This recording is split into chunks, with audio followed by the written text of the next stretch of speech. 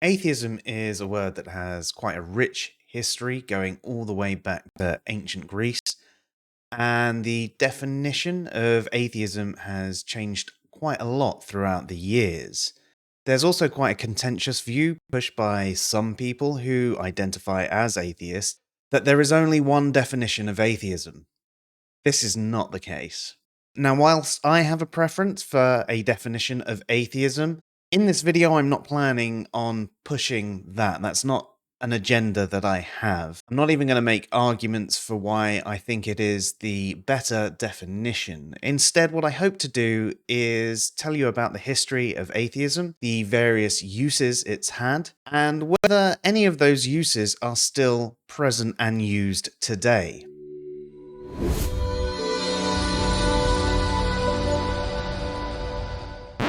Hopefully by the end of this video you'll have an understanding that there are many definitions of atheism and how it evolved throughout the years. Perhaps there'll be something about its history that you weren't aware of that you now are. And also that because there is more than one valid definition of atheism in use today, that we shouldn't be arguing for the right definition of atheism or tell people who use another one that they know nothing about atheism, and instead focus on why we prefer a particular definition if we want to discuss it, and at the very least stipulate what we mean by atheist when we're going to be using the label. We are more than our labels, and the important thing is being understood.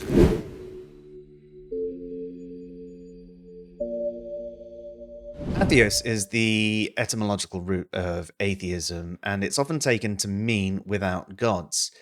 And it's understandable because that would be a direct translation of the terms. However, the further back in history you go, direct translations don't work as well. In fact, you can even think about it in modern language. In French, pomme de terre translates to apple of the ground and originally translated to fruit of the ground, but it means potato, which is a root vegetable. So not a fruit, not an apple. So just like potato, Atheos has a deeper meaning too. Now, originally, it was used for someone that was down on their luck. They had lost the favor or support of the gods. That is why they were without the gods. This version is no longer used. It then traversed into a definition that was used for anyone that didn't believe in the Pantheon. So, for example, folks like Socrates, who believed in a prime mover, were considered atheos because they didn't believe in the Pantheon. The term was even used to describe the Christians because they didn't believe in the Pantheon. So, originally, atheos in both circumstances was used for those that actually hold a belief in some form of deity, which it no longer is. It eventually evolved into a definition that was used for anyone that didn't believe in the sanctioned gods of the state. So Christians would go on to call the pagans atheos as well. So we can see that this definition, like the original use, has a little bit more to it than simply being without gods. So this definition of atheos is no longer used, but it has similarities with local atheism, which I'll come to later.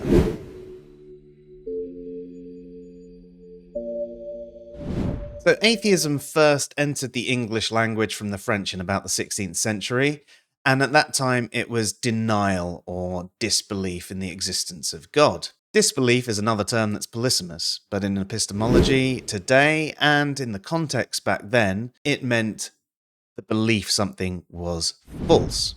So disbelief in God or disbelief in God existing is essentially the same as saying the belief God does not exist. And this definition is still used today, though it might be refined in a few other ways.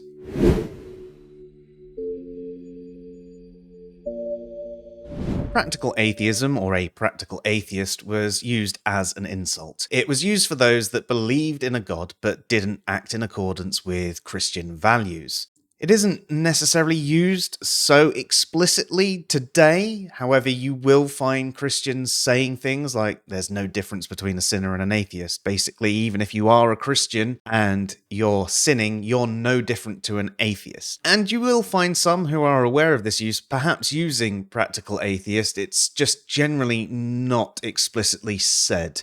It's usually described. And this leads me on to sort of a derogatory form of atheism. So whilst practical atheism was originally used as a derogatory term, it could actually describe anyone. So for example, if you understand there are different types of non-theist, one would perhaps say, for practical purposes, they're all the same as atheists. They all live as atheists. None of them go to church or to the synagogue or whatever. They may as well be atheists. So that could just be describing their a general behavior rather than making a derogatory statement. But it does become a derogatory statement when it's used to discredit, dismiss, or devalue someone or things that they've said. Now, this could be because they're taking the opinion that because they're an atheist, they shouldn't be listened to because atheists are evil, or they're talking to someone and they are comparing them to an atheist and saying, you know, atheists are bad and that's how you're acting right now. This is obviously fallacious reasoning, but it does happen. And it sort of happens, again, not necessarily in an explicit way of calling them a practical atheist. You just might see it happen, say, for example, between theists. You don't believe in my God and my God is the one true God,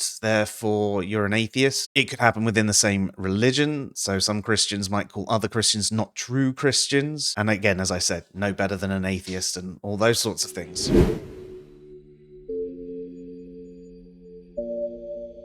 So atheism can be seen as a proposition. The proposition being that gods do not exist. And the reason for this is an ism isn't usually something that is describing a psychological state. It's a system of values or a philosophy or something like that. Perhaps even a political ideology. So it's the ist that follows or acts in accordance with an ism. So, for example, a communist follows communism, conservatist follows conservatism, a socialist follows socialism, and so on and so forth. So when atheism is described as the belief gods don't exist, what it's doing is it's talking about the propositional content of the belief.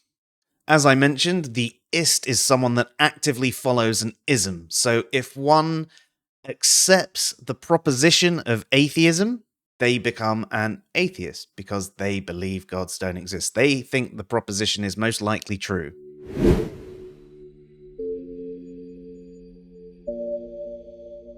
The idea of negative atheism was put forward by Anthony Flew in his paper The Presumption of Atheism in 1972. He accepted the current uses of atheism, which was sort of that propositional sense that I've just mentioned, and agnosticism, which is that sort of suspense of judgment position, or even closer to the Huxleyan view on agnosticism. But what he said was the negative atheist is not the same as either the current atheist, which he would go on to call the positive atheist, and the agnostic, because he concluded that both the positive atheist and agnostic had already presupposed a definition of God or gods that was legitimate for consideration. His take on the negative atheist was actually that there isn't a legitimate definition of gods. What the negative atheist should do is actually try and investigate the definition of God before considering things further. You know, what is this God? Tell me the qualities of this God, and look for any contradictions within that. And if so, therefore maintain this negative stance. So the negative atheist was still an active position on the topic of whether gods existed or not. You know, it's still, well, I've heard of this God concept. It's just, this God concept seems a little bit, illogical to me. I've not heard a coherent definition, so could you provide me one? It's also worth noting a similar position was already in existence, coined in the 1960s by Sherwin Wine, known as agnosticism, and that is still used today. However, Flu's negative atheism did come with a method to extract a better definition of a god for discussion. So it's always worth looking into his work just to take that part from it.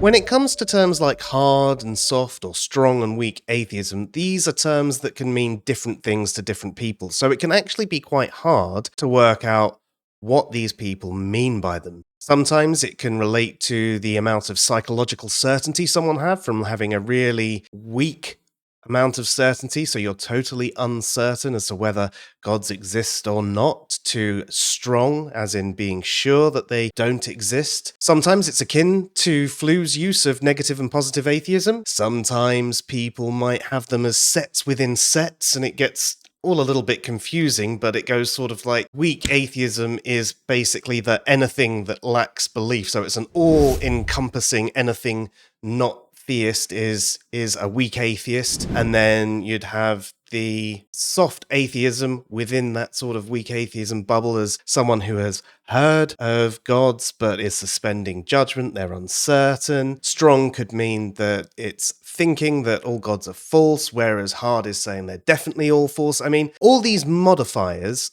going on to atheism are seemingly there to try and take away all the other labels that exist for non-theists. There's already a load of accurate descriptors, and the problem is with all of these tags going onto atheism is people are all using them in different ways. So sometimes when you hear people using these terms, if you've got an idea of what they mean, it's best to check anyway, because quite often people are using these terms in different ways. So as with any of these words, it's definitely worth just going, and what do you mean by that?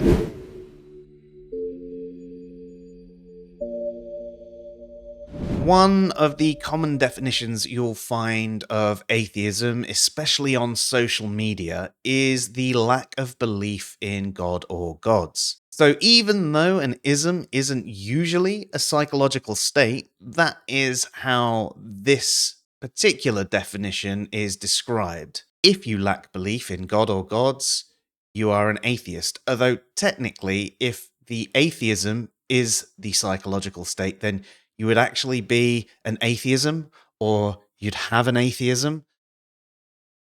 This definition is sometimes called Lacktheism, which was coined by Ozymandias Ramses II to differentiate between the way atheism is usually used within philosophy, which is the propositional sense of atheism, and the lack of belief, whereas one uses the A for negation, the other uses A to mean lack or without. So it sort of made sense to him when he did this, and I can understand that use. The only problem is this has become a bit of a pejorative term. Oh, Lacktheist. Oh, Lacktheism. Oh, you're an idiot. So there's now a lot of baggage assigned to this, and even if someone doesn't necessarily mean it in an overly negative way, it still comes across. But it's a shame because it's a quick way to actually say lack of belief atheist versus philosophical atheist, you know.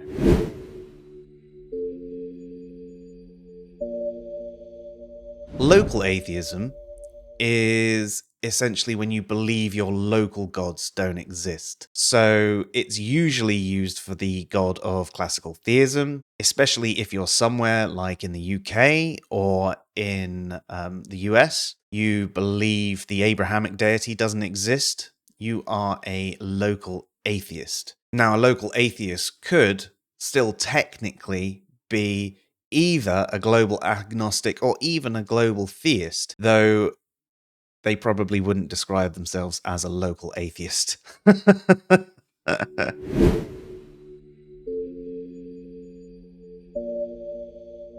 So, global atheism encompasses one that believes no gods exist. It's essentially the same as that propositional atheism. So, One could be, as I was mentioned, a local atheist, but globally agnostic, because there are certain gods that they haven't looked into enough to conclude whether they exist or not. They're suspending judgment. So a local atheist, global agnostic. Or if one is a global atheist, then they believe no gods exist.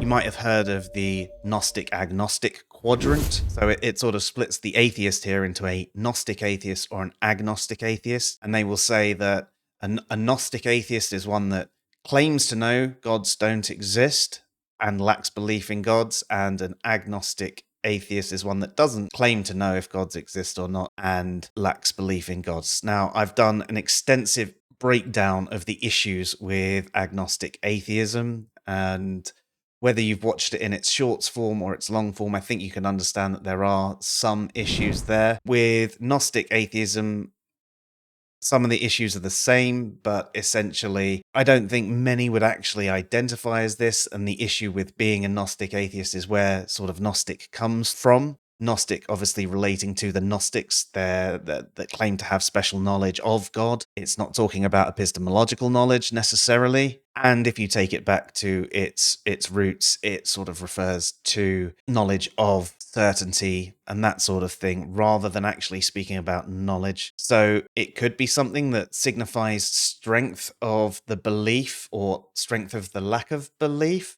It's all a little bit confusing. And in fact, if you want a bit more information on the whole agnostic-Gnostic thing, I suggest checking out the video by Emerson Green. He's done quite a good breakdown on some of the problems with it. And obviously, if you're interested in a more in-depth video on the issues with agnostic atheism, I have that one as well.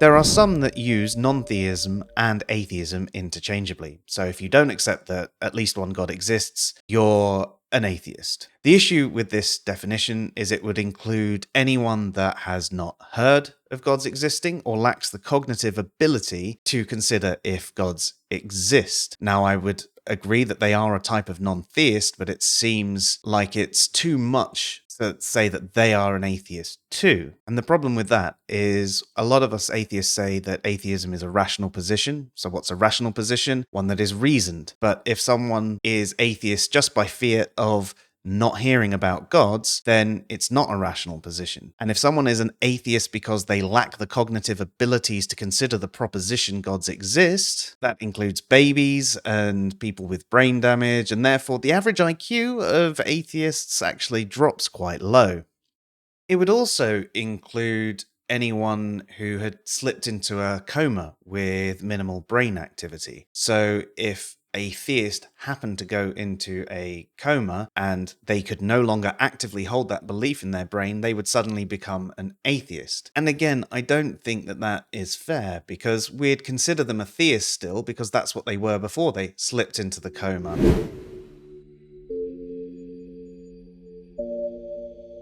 There are some that actually broaden the definition of atheism to not just anyone that lacks the belief in God or gods, but anything that lacks the belief in God or gods is an atheist or atheistic. Other than this being a false dichotomy or a bit of a black and white fallacy, it poses other issues too. For example, it includes people making claims that rocks are atheist. This definition is problematic, whether you mean it atheist as in an atheist, or you mean atheist as in atheistic and you just forgot to put the ick on the end, because it would include things like Bibles and churches as atheistic things because they don't actively hold a belief in God or gods. Yet, we wouldn't call them atheistic because they promote or house a place of theistic belief.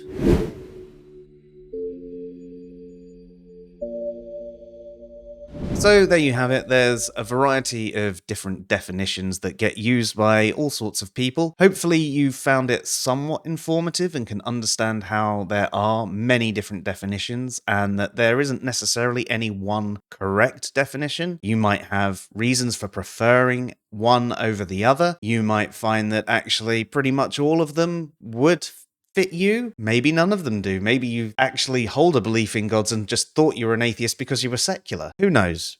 The important thing, though, is that you take that there are different definitions of atheism, and there's no point in telling people that they're wrong for using a different definition, but you can have a discussion on whether you prefer a particular definition and the reasons behind it. And I think that can be quite a good discussion to have, because you can learn a lot just from holding that conversation.